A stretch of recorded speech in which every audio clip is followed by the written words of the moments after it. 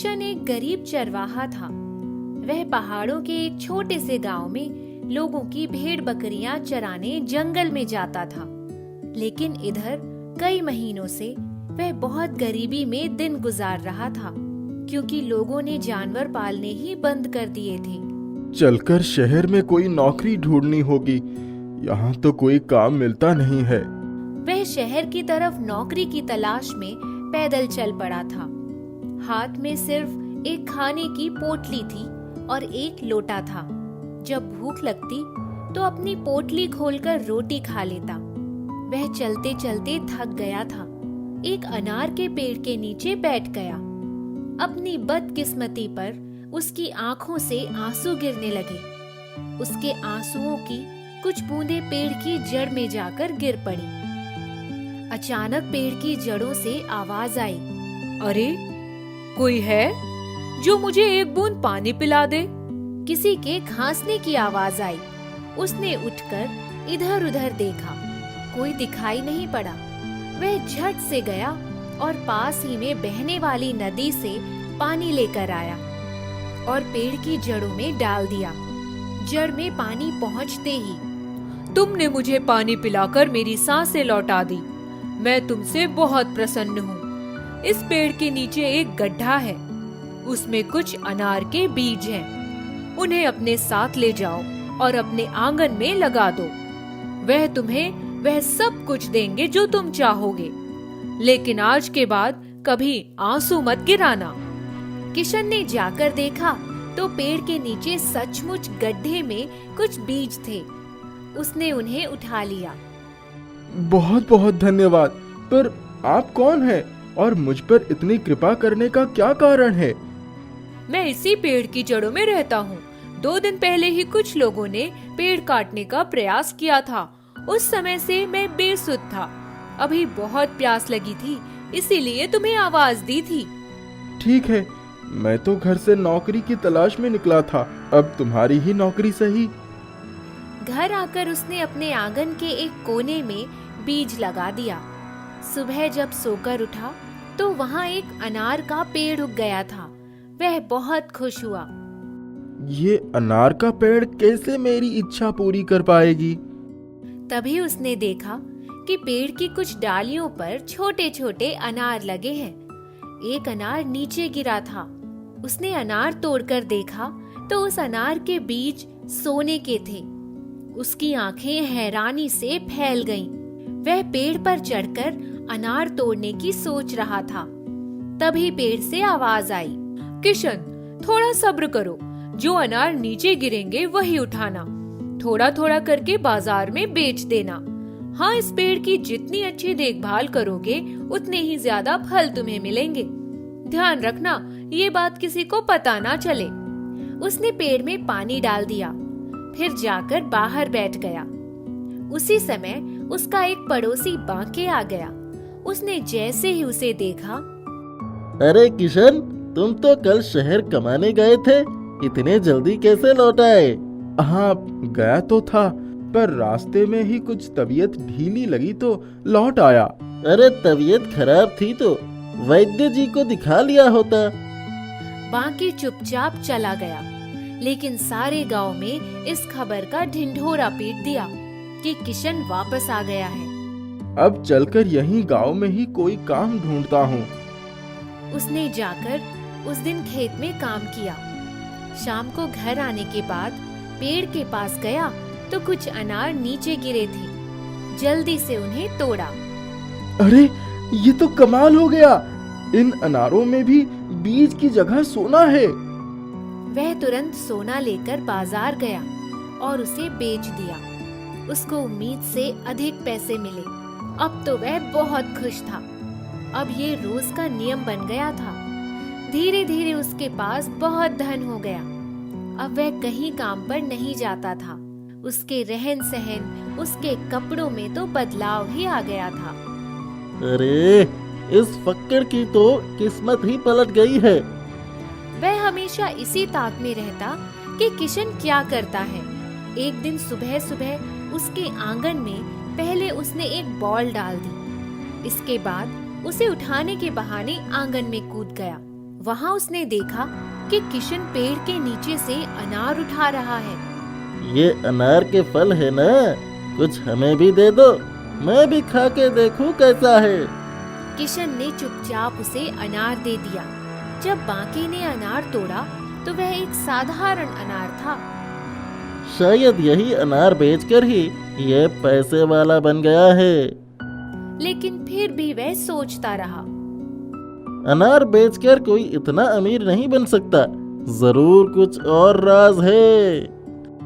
वो रोज सुबह सुबह उसके आंगन में झांका करता। एक दिन उसने किशन को अनार से सोना निकालते हुए देख लिया। एक दिन रात को वह आंगन में कूद गया और उसने जैसे ही अनार के पेड़ को हाथ लगाया, वैसे ही ऊपर से बहुत सारी पेड़ की डालियां चरमराई और उसके ऊपर गिर पड़ी। बचाओ बचाओ! लेकिन उसकी आवाज किसी ने नहीं सुनी। वो सुबह तक वहीं बेहोश पड़ा रहा। जब किशन सुबह उठकर आंगन में गया तो बांके को अचेत देखकर, अरे तुम यहाँ कैसे आए? क्या हुआ तुम्हें? अरे भाई, मुझे बचा लो, पहले इस झंझट से छुटकारा दिलाओ। पता नहीं कैसे ये डालियां मेरे ऊपर गिर गई। मैं तो सिर्फ एक अनार तोड़ने आया था। अच्छा हुआ इसे उस दिन सोने के बीज वाला अनार नहीं मिला। उसने उसके ऊपर से सारी लकड़ियां हटाई और वो वहां से भाग गया। अरे बाप रे, अब तो कभी भी इसके घर की तरफ झांकूंगा भी नहीं, नहीं तो इस पेड़ ने तो आज मुझे मार ही डाला था। उसके जाने के बाद अब मुझे भी थोड़ी जमीन खरीद लेनी चाहिए। कितने दिनों तक दूसरों के मजदूरी करूंगा। एक दिन वह पैदल ही उसी पेड़ के पास जंगल में चल दिया। आपने तो मेरी जिंदगी ही बदल दी। अब मैं सोच रहा हूँ कि धीरे धीरे बहुत सारी जमीन खरीद लूं और उन पर अनार के पेड़ लगा दूं। बहुत अच्छी सोच है तुम्हारी, पर एक बात का ध्यान रखना कि जितना हो सके उतना ही दान पुण्य के कर्मों में पैसे लगाना, गरीबों की मदद करना। एक हफ्ते में ही उसने जमीन खरीद ली और पूरी जमीन पर अनार के पेड़ लगवा दिए। कुछ जमीन पर एक पशुशाला भी बनवा दी। मुझे कितनी भी दौलत मिल जाए, पर मुझे कभी नहीं भूलना चाहिए कि मैं एक चरवाहा हूँ। उसके पास बहुत सारी धन दौलत हो गई थी। एक दिन जब वह रात में सोया तो उसकी नींद खुल गई। उसने खिड़की से देखा कि एक लड़की उसके घर के बाहर बैठी रो रही है। वह तुरंत बाहर गया। कौन हो तुम और रो क्यों रही हो? रो नहीं तो क्या करूं? मेरी सौतेली माँ ने मुझे घर से बाहर निकाल दिया क्योंकि मेरा बापू 1 साल पहले ही चल बसा। मैं ऊपर वाली पहाड़ियों के उस पार रहती थी। इतना कहकर वह सिसकियां भरने लगी। अच्छा, तुम रोना बंद करो। चलो अंदर चलकर हाथ मुंह धो लो। सुबह चलकर तुम्हारी माँ से बात करेंगे। क्या नाम है तुम्हारा? मेरा नाम माधुरी है, लेकिन अब अपने घर नहीं जाना चाहती। अच्छा चलो, पहले अंदर तो चलो। कल सुबह पंचायत इस बात का फैसला करेगी। माधुरी चुपचाप उसके पीछे पीछे चली जाती है। सुबह ही किशन गांव के मुखिया के पास जाकर मुखिया जी को माधुरी के बारे में सब बताता है। ठीक है, उसको लेकर आओ, मैं पंचायत बुला लेता हूँ। किशन घर जाकर, माधुरी चलो, पंचायत में जाना है। दोनों वहाँ जाते हैं तो पंचायत के लोग माधुरी से, तुम अपने घर चली जाओ बेटी, तुम्हारी माँ ने गुस्से में आकर निकाल दिया होगा। नहीं नहीं, उसने मुझे कहा था कि मेरे बाबू की तरह वो मुझे भी मरवाकर जंगल में अनार के पेड़ के नीचे गड्ढे में ढकवा देगी। किशन अनार के पेड़ का नाम सुनते ही समझ गया कि उसी अनार के पेड़ के बारे में बात कर रही है। तुम्हारी माँ की तो पुलिस में रिपोर्ट करवानी होगी, लेकिन तब तक तुम कहाँ रहोगी? मुखिया जी, अगर आप लोगों की आज्ञा हो तो मैं इस लड़की से शादी करके अपना घर बसा लूं। अरे वाह, इससे अच्छा क्या होगा किशन, लेकिन इसके पहले तुम्हें उसके गांव जाकर इसकी वास्तविकता जाननी होगी। जी मुखिया जी, तब तक इसको आप अपने घर में ही रख लीजिए। मैं आज ही जाकर पता लगाता हूँ। किशन माधुरी के बताए पते पर जाकर पूछताछ करता है तो सारी बातें सही निकलती हैं। अरे भाई, अच्छा हुआ वो लड़की गांव छोड़कर चली गई, वरना उसकी माँ अपने हाथों से उसका गला दबा देती।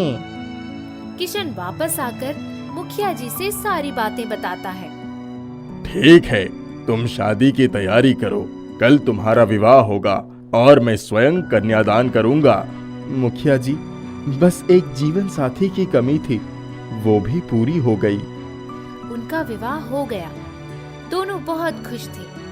किशन ने कई धर्मशालाएं, गरीबों के लिए अस्पताल और बहुत से कुएं खुदवाए। रोज सुबह वह खुद अपनी पत्नी के साथ अपने हाथों से दान देता। अब वह किशन सेठ के नाम से मशहूर हो गया। जादुई अनार ने उसके जीवन में खुशियां ला दी थी। बहुत समय पहले की बात है। कोल्हापुर नाम का एक गांव था। उस गांव में एक लड़का जिसका नाम अर्जुन था, वह अपनी माँ के साथ रहता था। अर्जुन की माँ का नाम शांति था।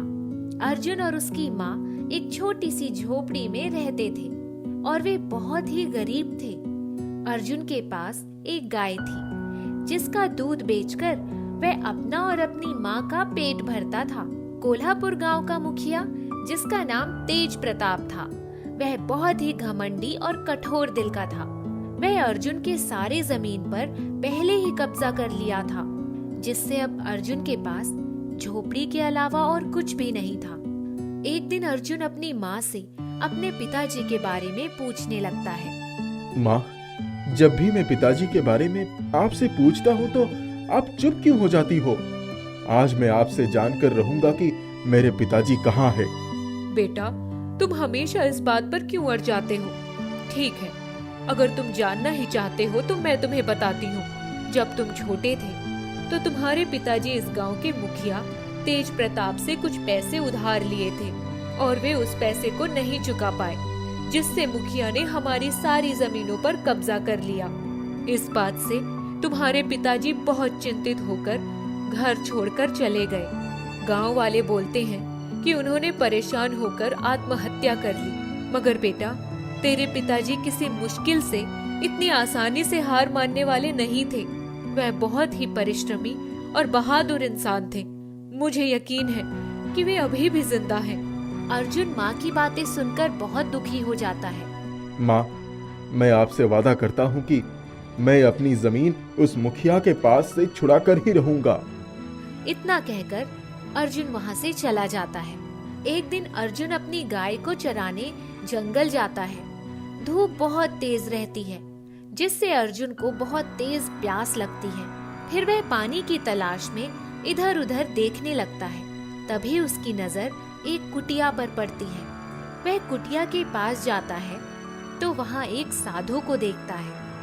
बाबा जी, मैं बहुत ही प्यासा हूँ, कृपा करके मुझे थोड़ा पानी पिला दीजिए। अवश्य बेटा। साधु पानी लाता है। यह लो बेटा। उसके बाद अर्जुन पानी पीता है और बाबा जी की कुटिया के पास थोड़ी देर विश्राम करने लगता है। बेटा, तुम परेशान क्यों दिख रहे हो? क्या मैं तुम्हारी परेशानी का वजह जान सकता हूँ? बाबा जी, मैं बहुत ही गरीब हूँ और मेरे सारे जमीन पर मेरे गांव का मुखिया तेज प्रताप ने कब्जा कर लिया है, जिससे मेरे पास अब कुछ भी नहीं है। इसीलिए मैं अपनी जमीन उस मुखिया के कब्जे से छुड़ाना चाहता हूँ, मगर मेरे पास जमीन को छुड़ाने के लिए कुछ भी रकम नहीं है। इसके लिए मैं बहुत परेशान हूँ। बेटा, यहाँ से बहुत दूर मायापुर नाम का एक जादुई गांव है, जहाँ पहुंचकर तुम अपनी सारी समस्याओं का हल निकाल सकते हो। जादुई गांव? ये कहाँ है बाबा जी? बेटा, यहाँ से कोसों दूर एक काली नदी है, जिसमें बहुत ही बड़े बड़े विषय में मगरमच्छ रहते हैं। नदी के उस पार वो जादुई नगर है। मगर बेटा, उस गांव में जाने से पहले तुम्हें उस काली नदी को पार करना होगा। फिर जब तुम जादुई गांव में पहुंच जाओगे तो तुम्हें वहां बहुत सारी जादुई शक्तियों का सामना करना पड़ेगा, जो तुम्हें सोने के टीले के पास जाने से रोकेंगी। बाबा, वे जादुई शक्तियाँ मुझे सोने के टीले के पास जाने से क्यों रोकेंगी? बेटा, उस सोने के टीले पर खड़े होकर कोई भी व्यक्ति जो भी मांगता है वो पूरा हो जाता है। ठीक है बाबा, मैं वहाँ अवश्य ही जाऊंगा। फिर अर्जुन बाबा को नमस्कार करता है और अपने गांव चला जाता है।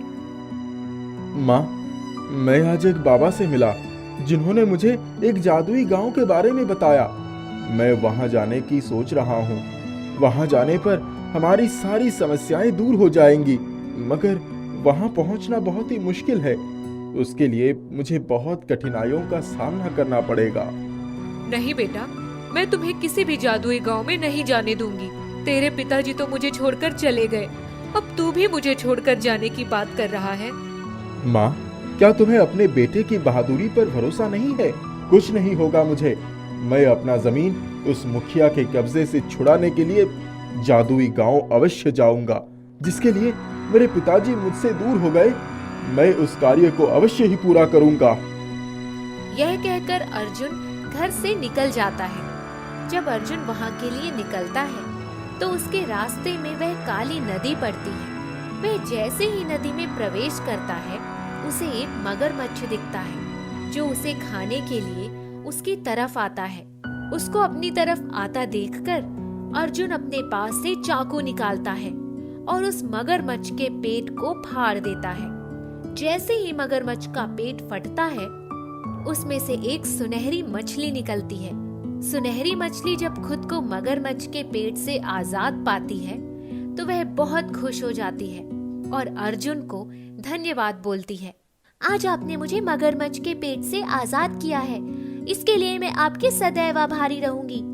वैसे आप कहाँ जा रहे हैं? फिर अर्जुन सुनहरी मछली से उस जादुई गांव के बारे में बताता है। वहां पहुंचना तुम्हारे लिए बहुत ही मुश्किल है, इसके लिए तुम्हें बहुत कठिनाई का सामना करना पड़ेगा। फिर मछली अर्जुन को एक जादुई तलवार देती है। ये लो, यह तलवार तुम्हारी हर परेशानी से तुम्हारी रक्षा करेगा। अर्जुन नदी पार करके उस जादुई गांव में पहुंच जाता है। जैसे ही अर्जुन उस गांव में पहुंचता है, तभी उसको एक बहुत लंबा, काला, भयानक सींग वाला इंसान दिखता है। वह अर्जुन के पास आता है और अर्जुन को अपने हथेली पर उठाकर उसको खाने के लिए मुंह खोलता है। तभी अर्जुन अपनी जादुई तलवार से उसका गला काट देता है और वह गिरकर मर जाता है। अर्जुन कुछ दूर आगे बढ़ता है तो उसे बचाओ बचाओ की आवाज सुनाई पड़ती है। जब वह आगे जाकर देखता है तो एक बुढ़ा मनुष्य पिंजरे में कैद अपनी मदद के लिए गुहार लगाता है। फिर अर्जुन उसके पास जाता है और अपनी तलवार से उस पिंजरे को काट देता है, जिससे वह मनुष्य पिंजरे से बाहर आ जाता है और मनुष्य का नाम रतन लाल रहता है। इस पिंजरे से मुझे निकालने के लिए आपका बहुत बहुत धन्यवाद बेटा। आप कौन हो और यहाँ कैसे आए? फिर अर्जुन उस बूढ़े मनुष्य से सब कुछ बताता है। अर्जुन की बातें सुनकर रमन लाल की आंखों में आंसू आ जाते हैं और वह अर्जुन को गले से लगा लेता है। बेटा, तुमने मुझे पहचाना? मैं तुम्हारा पिता हूँ। बहुत साल पहले मैं अपनी जमीन उस मुखिया के कब्जे से छुड़ाने के लिए इस जादुई गांव में आया था, मगर एक जादुई बंदर ने मुझे अपने जादुई शक्तियों से इस पिंजरे में कैद कर दिया था। अर्जुन खुश होकर अपने पिताजी को गले लगाता है। तभी वह जादुई बंदर आ जाता है और रमन लाल को पिंजरे से आजाद देखकर गुस्से में रमन लाल को मारने के लिए उस पर उछलता है। तब अर्जुन अपनी तलवार से उस बंदर को मार डालता है और फिर अर्जुन और उसके पिताजी उस सोने के टीले की खोज में आगे बढ़ते हैं। तभी अर्जुन देखता है कि एक बड़ी सी झाड़ी के पीछे से बहुत तेज रोशनी निकल रही है। अर्जुन दौड़कर झाड़ी के पीछे जाता है। वहाँ सोने का टीला देखता है, जिसकी रोशनी से चारों दिशाएं जगमगा रही होती हैं। पिताजी, देखिए, हमारी मंजिल हमारे सामने है। फिर अर्जुन टीले के ऊपर चढ़ जाता है और टीले से ढेर सारा धन मांगता है, जिसे लेकर अर्जुन और उसके पिताजी वापस अपने गांव कोल्हापुर पहुंच जाते हैं। फिर अपने गांव पहुंचकर उसके पिताजी अपनी जमीन मुखिया के पास से छुड़ा लेते हैं और खुशी खुशी अपने परिवार के साथ रहने लगते हैं।